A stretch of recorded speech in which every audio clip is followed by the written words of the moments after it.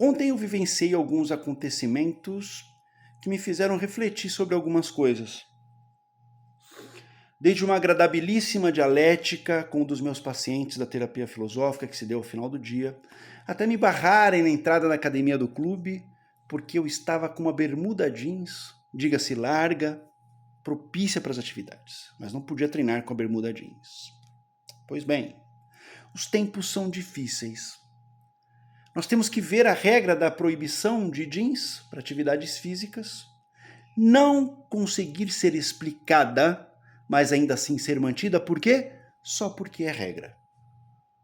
Vejamos bem, hoje em dia existe, procurem para vocês verem, até kimono para jiu-jitsu de jeans. O problema para atividade física não está no tecido, mas está no corte. Por exemplo, uma bermuda de tactel apertada é tão problemática para atividade física quanto uma bermuda de jeans apertada. E todo esse imbróglio que eu tive lá, essa discussão que eu tive no clube, me fez lembrar a história de uma menina que percebeu que a mãe dela cortava as pontas das salsichas antes de colocar na panela para fazer. Ela perguntou para a mãe o porquê. E a mãe disse que não sabia o porquê, mas que tinha aprendido isso com a mãe dela. Então a menina vai até a avó e pergunta para a avó o motivo dela cortar as pontas da salsicha. E a avó explica que não sabia o motivo e fazia porque tinha aprendido com a mãe dela. E a menina, então, vai até a bisavó, velhinha, caquética, e pergunta para a bisavó: Bisa, por que a minha mãe e a minha avó cortam as pontinhas das salsichas antes de colocar na panela para fazer? E a bisavó olha com uma cara assim e responde: Nossa, minha filha, mas vocês ainda não compraram uma panela maior? Percebam, a regra, ninguém a explica e ela se perpetua burramente.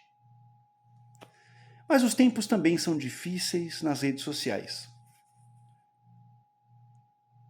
Tive que ver, temos que ver, recém-formado em Direito, que a única coisa que sabe concretamente sobre educação foi o que ele leu no artigo 205 da Constituição Federal.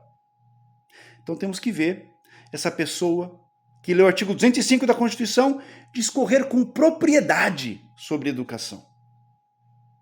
Vejamos, a pessoa pega a Constituição, lê que educação é dever do Estado e da família e sai bradando por aí que a grande culpa da crise educacional é dos pais que terceirizaram a educação para a escola.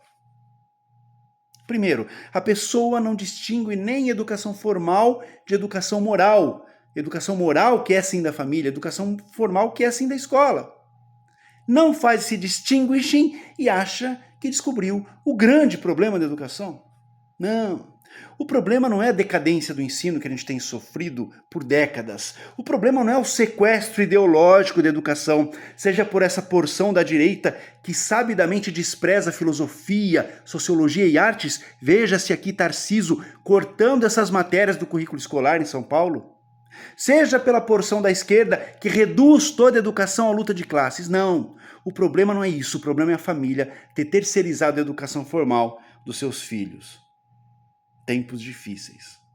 Temos que ouvir esse tipo de gente que nunca leu a República de Platão, nunca leu Educação e Sociologia de Emile Durkheim.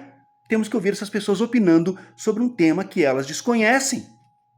Gente que sequer sabe que pedagogia vem de paidos agogé, paidos, criança em grego, e agogé, condução.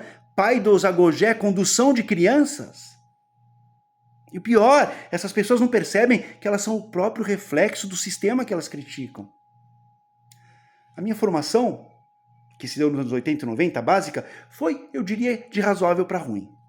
Mas até meados dos anos 90, nós, alunos, ouvíamos os professores mais calados.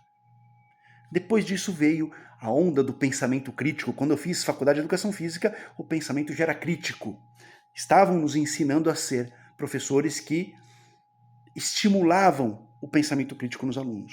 É ótimo ter pensamento crítico, mas esse pensamento crítico exige algo antes dele: a análise.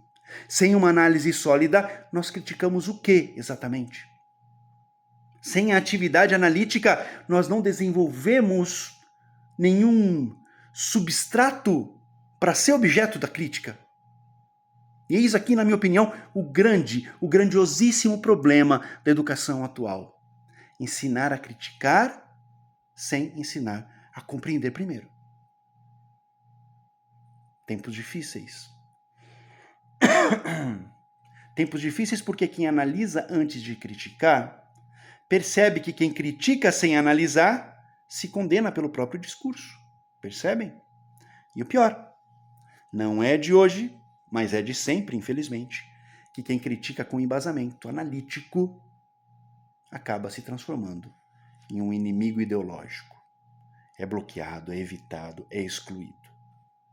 Então, meus caros, a verdade do mundo é uma só. Em terra de cegos, quem tem um olho não é rei.